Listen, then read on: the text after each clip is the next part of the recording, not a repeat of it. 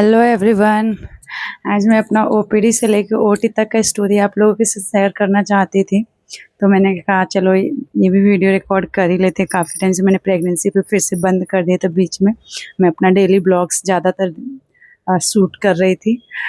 और चलिए मैं स्टार्ट करती हूँ, बताती हूँ मैं आपको। जैसे मैंने आपको बताया था ना, लास्ट में ट्विंस के केस में ना ओपीडी विजिट बहुत ज़्यादा बढ़ जाते हैं। ऑलमोस्ट आपको हर 15 डेज़ पे ही बुलाने लगते हैं डॉक्टर।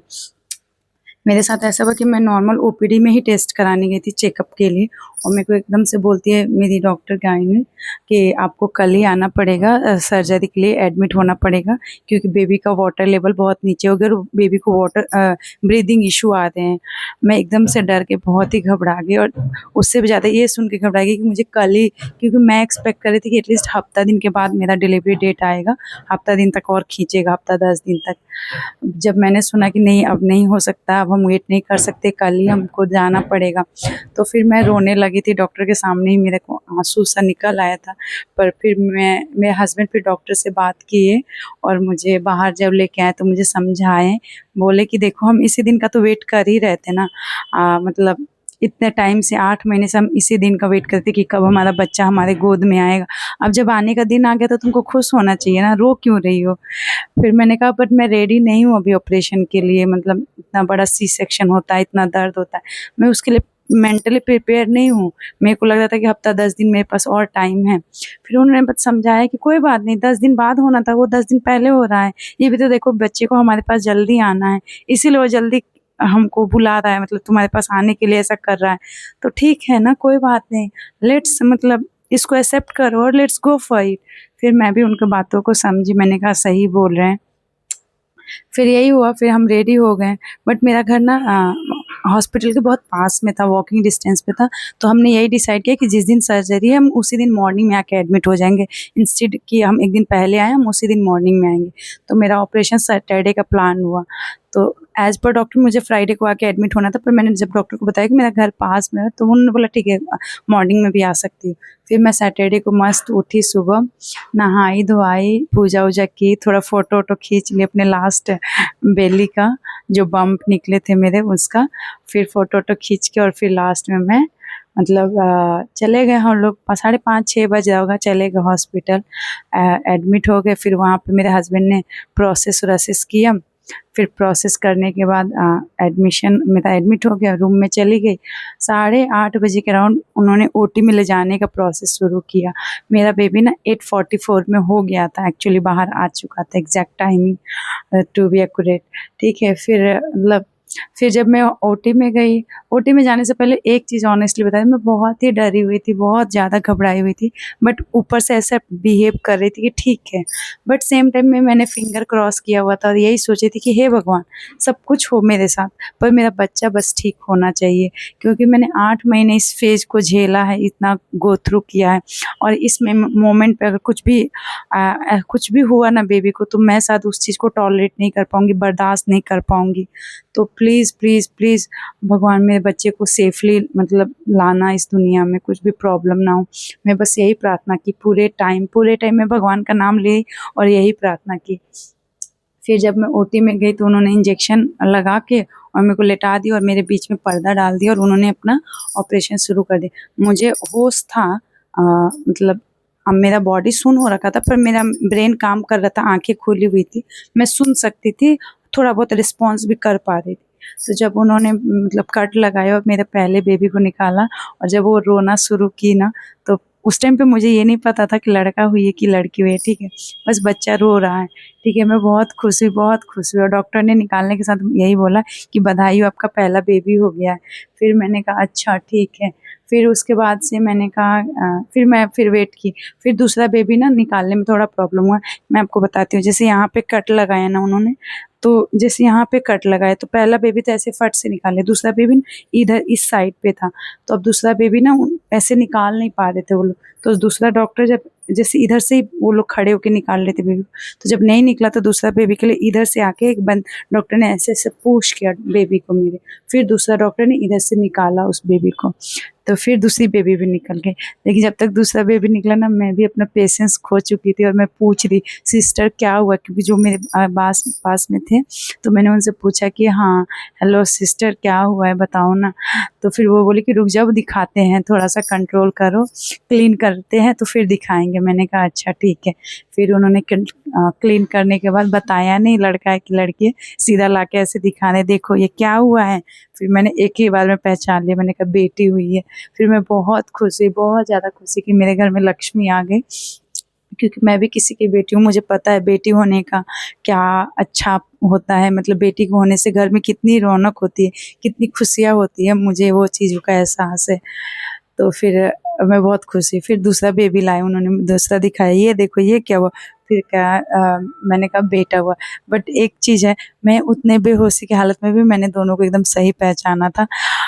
मैं लेकिन उसके बाद मैं बहुत ही खुश हुई थी, मतलब ऐसा लगा यार मेरा फैमिली कंप्लीट हो गया, एक लड़का और एक लड़की एक साथ ही हो गए, वाह। मतलब मेरा खुशी ना संभल नहीं रही थी। बट उसके बाद वो लोग इनको लेके निक्कू में चले गए एक्चुअली, क्योंकि निक्कू इन लोग प्री मैच्योर थे और प्री टर्म थे, तो इनको भी ऑब्जर्वेशन में रखना था 24 घंटे के लिए। अब लगता है कितना जल्दी बड़े हो गए, जब हुए थे ना इतने इतने से थे, इतने अजीब क्यूट क्यूट से दिख रहे थे, छोटू छोटू से, ऐसे लग रहा था हाथ भी इतने, उनका पैर हमारे थंब के बराबर था और हाथ इस फिंगर के बराबर था। तो सोचो कितने पतले पतले होंगे, 1.98 kg के थे बस, इतने पतले से थे। सॉरी 98 भी नहीं, 1.89, मैं उल्टा बोली, इतने के थे, 2 किलो के भी नहीं थे। तो मतलब बट अच्छे थे, हेल्थ वाइज ठीक थे, मतलब ठीक है, वेट कम था बट हेल्दी थे। ठीक है, उसके बाद ना जब हाँ, लेकिन मेरे को प्रॉब्लम वहाँ से थोड़ी-सी प्रॉब्लम शुरू हुई। जब वो लोग कट को ठीक कर रहे थे, कट को तो हो गया, सफाई करके वो स्टिचेज़ करते हैं ना, उस दौरान ना मेरे को चेस्ट में पेन होने लगा था। फिर मैंने सिस्टर को बोला कि मेरे को पेन हो रहा है, और मैं अपने हाथ से ऐसे-ऐसे करने लगी। फिर वो बोली कि कोई बात नहीं, ठीक हो जाएगा। लेकिन वो शायद ठीक नहीं हुआ, मेरे को और ज़्यादा होने लगा। फिर मैं घबरा गई और मैं दोनों हाथों से ऐसे-ऐसे करने लगी कि मेरे को सिस्टर ज़्यादा पेन हो रहा है। मैंने दोबारा कंप्लेन किया, ठीक है। उसके बाद पता नहीं उन्होंने क्या किया, क्या नहीं, मुझे ये भी नहीं पता नहीं सबके साथ होता है या सिर्फ मेरे साथ ऐसा हुआ, मेरे ऑपरेशन में ये कॉम्प्लिकेशन आया, मुझे ये नहीं पता है। बट हाँ, इतना हुआ था कि मेरे को चेस्ट में पेन हुआ था, मुझे ये बहुत अच्छे से है। फिर उसके बाद ना मैं बेहोश हो गई जब मैं उनको बोली तो।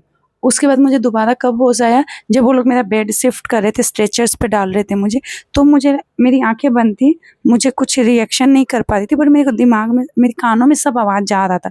मुझे एहसास हो रहा था कि मेरे बेड चेंज हो रहा है, मुझे कहीं शिफ्ट कर रहे हैं, और उनकी बातें भी मुझे सुनाई दे रही है, लेकिन मैं आँख नहीं खोल पा रही थी, बोल नहीं पा रही थी। फिर जब उन्होंने मुझे शिफ्ट किया ऑब्जर्वेशन रूम में, तो वहाँ पे सब लोग मेरे से मिलने आए, लाइक मेरे हस्बैंड, मेरी दीदी, मेरी जीजू, मेरी दीदी के बच्चे, मेरा भतीजा, सब जो भी थे वहाँ पे हॉस्पिटल में, सब मिलने आए मेरे से। मुझे ये भी याद है कि मैं सबसे बातें भी की थोड़ा बहुत। मैं अपने हस्बैंड वाला बात कभी नहीं भूलती हूँ, क्योंकि मैंने उनको मैं उतने बेहोशी की हालत में मैं उनको बोली कि देखो मेरा बात सच हुआ, मैं तुमको कहती थी कि एक लड़का एक लड़की दोनों आएंगे हमारे ज़िंदगी में, तुम कहते थे नहीं। फिर बोले कि हाँ हाँ हाँ तुम सही कह रही हो। फिर उन्होंने मेरे को बस मतलब वो करने के लिए ठीक है बोल के, ज़्यादा नहीं बोलना था, तो उन्होंने मेरे को ऐसे हाँ हाँ बोल के चुप हो करा दिया, और फिर रह गए। फिर 2 घंटे का ऑब्जर्वेशन के बाद उन्होंने मेरा जो बुक्ड रूम था वहाँ शिफ्ट कर दिया। फिर वहाँ आने के बाद मैं मतलब फैमिली के साथ ही रहने लगी, बट बच्चा अभी भी निक्कू में ही थे मेरे। वो लोग 24 घंटे के बाद उनको वो लोग मुझे दिए थे, तो मतलब 5 तारीख को वो लोग मुझे दिए थे, मतलब सैटरडे को ऑपरेशन हुआ था और संडे को उन लोगों ने बेबी मेरे को दिया था, क्योंकि 24 घंटे उनको ऑब्जर्वेशन में रखना था कि कुछ कॉम्प्लिकेशंस तो नहीं है। Pre term pre matured baby में कॉम्प्लिकेशंस आने के चांसेस ज़्यादा रहते हैं, तो इसी कारण से वो लोग मतलब इनको रखें। बट ये सब तो सब कुछ सही रहा मेरा जर्नी। बट जब मैं शाम को 4 बजे के बाद पूरे अच्छे से होश में आ गई, जब मेरा कॉन्शियस गेन हो गया, वो दवा का नशा ख़त्म हो गया, फिर मुझे एहसास हुआ कि मतलब मैं रूम में आ गई, सब कुछ अच्छा लगने लगा। फिर मैं अपने बच्चे को भी ढूँढने लगी, फिर मुझे पता चला ये सब चीज़ें। ख़ैर इसके अलावा प्रॉब्लम कहाँ फिर हुई, वापस से जब 7-8 बजे रात को, तब मुझे दर्द होना शुरू हो गया बैक, यहाँ पे जो इंजेक्शन लगती है ना, यहाँ बैक में, यहाँ पे इंजेक्शन लगता है, ठीक है, जब ऑपरेशन होता है। एक्चुअली में 24 घंटे वो लोग बोलते हैं इसे सीधा लेटे रहो। अब आप खुद बताओ, इतना बड़ा कट लगा है आपके पेट में, सी सेक्शन हुआ और एकदम इधर इंजेक्शन भी लगा, और ऐसे 24 घंटे लेटा देंगे, इतना दर्द होता है, बाय गॉड। मैं मतलब नहीं बता सकती हूँ, लेकिन बहुत दर्द होता है, बहुत एक्सट्रीम। ऐसा लगता है यार कुछ करो, कुछ करो। मैं ऐसा हो गई थी कि मैं अपने रोने लगी थी शाम रात के टाइम पे 7 बजे के बाद। मैं अपने हस्बैंड को खाली ये बोल रही थी कि बहुत दर्द हो रहा है, कुछ तो करो, बहुत दर्द हो रहा है, कुछ तो करो। तो उन्होंने बोला, फिर वो बार-बार वही सिस्टर को जा रही थी, जब-जब मैं बोल रही थी, रो रही थी, तो सिस्टर को बुला रही थी कि देखो उसको दर्द हो रहा है, कुछ कीजिए आप लोग। तो सिस्टर भी क्या ही करेगी, 1-2 बार शायद, एक बार उन्होंने पेन किलर दिया था मुझे, फिर थोड़ा देर के लिए आराम हुआ, फिर वापस से दर्द होने लगा। फिर ऐसे दर्द के साथ-साथ रोते-गाते का समय कट गया। अगले दिन मॉर्निंग हो गई, फिर सब कुछ दर्द मतलब फिर ठीक दर्द था, बट ये था वो वाला, मतलब हम अब उठ सकते थे, मूव कर सकते थे। तो बैकबोन का जो पेन था वो थोड़ा रिलीफ मिलने लगा, आगे का दर्द अभी भी रह गया था। बट ये बोलूँगी कि मतलब लेकिन जब मैंने अपने बच्चे को देखा ना नेक्स्ट डे, ऐसा लगा अरे यार ऐसा दर्द तो मैं 2-4 बार और झेल लूँ। इतना क्यूट-क्यूट प्यारे-प्यारे बच्चे मिल गए मुझे इतने से दर्द झेलने से, तो क्यों ना। बट भगवान शायद नहीं चाहते थे कि मैं दोबारा दर्द झेलूँ, इसीलिए उन्होंने दोनों चीज़ मुझे एक ही बार दे दिया, विद गॉड ग्रेस। सबको शायद ये खुशनसीबी नहीं मिलता है, बट मेरे को मिला। इस चीज़ के लिए मैं हमेशा थैंकफुल रहती हूँ गॉड को।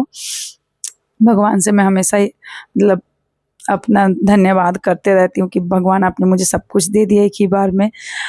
तो बस ऐसे ही था, कट गया। और मुझे दर्द का कभी, फिर बच्चे देखने के बाद मैं वो सारा दर्द भूल गई, और उसके बाद का भी जो दर्द था वो मैंने कभी फ़ील नहीं किया। मतलब मेरा जर्नी बहुत ही मतलब मैं उस चीज़ को झेल गई यार। मतलब मुझे ऐसा लगा कि नहीं, इतना अच्छा बच्चा हो गया यार, ये दर्द क्या चीज़ है, बस मुझे यही फ़ीलिंग आता था। और ये मुझे बहुत स्ट्रॉन्ग बनाता गया, और इसी फ़ीलिंग्स से ना मैं बहुत स्ट्रॉन्ग हुई, और मैंने अपनी जर्नी को काफ़ी ईज़िली हैंडल किया, बिना किसी कंप्लेंट्स का और बिना किसी प्रॉब्लम्स का। और मेरी प्रोग्रेस भी बहुत अच्छी थी। विदिन 1 हफ्ते में मेरा घाव काफ़ी ठीक हो गया था, जब मैं आपको बताऊँ तो।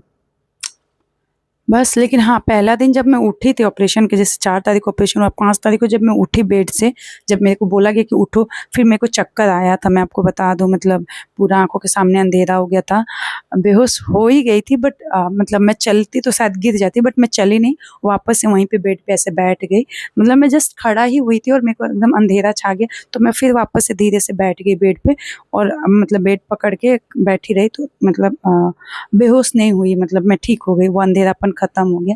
फिर उसके बाद मेरे को वो सिस्टर जो थी, जो मेरे को सफाई करना मतलब नहलाने के लिए लेके जा रही थी, बॉडी को क्लीन करने के लिए, वो मेरा हाथ पकड़ के फिर लेके गई। बस इतना सा था। दर्द होता है, बहुत ज़्यादा होता है, पर शायद इस बच्चे से ज़्यादा दर्द नहीं होता है। मैं आज भी अपने बच्चों को देखती हूँ तो लगता है हाय! कितने प्यार से सो रहे हैं ना, देखो, कल ही तो हुए थे, ऐसा लगता है। सच में मतलब भगवान कभी कुछ ना हो इनको, कभी नज़र भी ना लगे किसी का। मैं तो यही दुआ करूँगी हमेशा। मतलब मेरे ऐसा लगता है मेरी दुनिया बन चुके हैं उसके बाद से, ये मेरी सारी दुनिया इन्हीं के इर्द-गिर्द घूमती है। पहले मेरी दुनिया मेरे पति के इर्द-गिर्द घूमती थी, अब मेरी दुनिया इनके इर्द-गिर्द घूमती है। अब मतलब मेरे को लगता है मेरी दुनिया बस 3 ही लोग से चलती है, मेरा हस्बैंड, मेरे 2 बच्चे, बस। ये 3 लोग मेरे आस-पास हैं, तो मुझे किसी से कुछ भी नहीं चाहिए रहता, कोई शिकायत भी नहीं रहता है मुझे कि कोई क्यों नहीं है। शायद मैं अपनी ज़िम्मेदारियों में काफ़ी बँध चुकी हूँ, और मैं इस ज़िम्मेदारी को बहुत खुशी-खुशी उठा रही हूँ, ऐसा नहीं कि मेरे को बोझ लगता है। नहीं, बिल्कुल भी नहीं। शायद आप लोग भी अगर एक्सेप्ट करेंगे इस चीज़ को, तो आपको भी ये चीज़ एहसास होगा, मुझे नहीं पता सब आप लोगों को कैसा फ़ील होता है, पर मुझे तो यही फ़ील होता है कि अगर हम किसी चीज़ को एक्सेप्ट कर लेते हैं और हम उसको खुशी उससे खुश रहना सीख जाएँ, तो शायद वो हमें खुशी देती है फिर, वो हमें बोझ नहीं लगती है। और सेम चीज़ मेरे साथ भी होता है। तो मैंने इनको अपनी दुनिया बना लिया है, तो इनका काम करना, कुछ भी करना, मुझे कभी भी कुछ भी बुरा नहीं लगता यार, कभी भी नहीं। 1 सेकंड, 1 मिनट के लिए भी नहीं। और ना मुझे मेरे हस्बैंड से कभी कोई प्रॉब्लम होता है। शायद मैं बहुत लकी हूँ, मैं अपने आप को यही कहूँगी कि मुझे वैसा हस्बैंड मिले और एक साथ ऐसे बच्चे मिल गए। अब इससे ज़्यादा मुझे लगता है मैं कभी भगवान के सामने हाथ फैलाऊँगी तो कुछ नहीं माँगूँगी, और शायद मैं कभी अब माँगती भी नहीं हूँ। मेरे को भगवान से बस यही रहता है, आप सबको अच्छे से रखें बस। जो मिल दे दिया आपने मुझे, बहुत दे दिया। अब इनको अच्छे से रखना, देखभाल करना आपकी उनकी ज़िम्मेदारी और मेरी भी ज़िम्मेदारी है। बस हम दोनों अपनी ज़िम्मेदारियाँ निभा रहे हैं, भगवान अपना कर्म कर रहे हैं, मैं अपना कर्म कर रही हूँ। मैं अपने एक माँ होने के, एक बीवी होने का कर्म निभा रही हूँ, भगवान जी तो सबके लिए ही हैं, तो हमारे लिए भी अपना कर्म कर रहे हैं। हमारे बच्चे को देख रहे हैं, वही तो हैं जो सब चला रहे हैं, तो फिर उनके बिना हम कैसे चलेंगे। तो मैं इसी चीज़ को मानती हूँ यार। बस आप लोग के साथ शेयर करके मुझे अच्छा लग रहा है अब अपना जर्नी, इसीलिए मैंने ये चैनल शुरू किया था कि मैं अपना जर्नी आप लोग तक पहुँचाऊँ। होप शायद कोई, मुझे नहीं पता कितने लोग देखेंगे, कितने लोग नहीं देखेंगे, और मुझे इससे शिकायत भी नहीं है कि बहुत लोग देखें, नहीं देखें। शायद जो लोग देखें उनको अच्छा लगे, मैं यही चाहती हूँ। अगर एक भी कोई देखे और एक को भी अगर मेरा वीडियो अच्छा लग गया, वही मेरे लिए अचीवमेंट होगा। मुझे नहीं पता है मेरे चैनल पे कभी 1 लाख लोग आएँगे या 10,000 लोग आएँगे या 1,000 भी आएँगे, मुझे ये भी नहीं पता।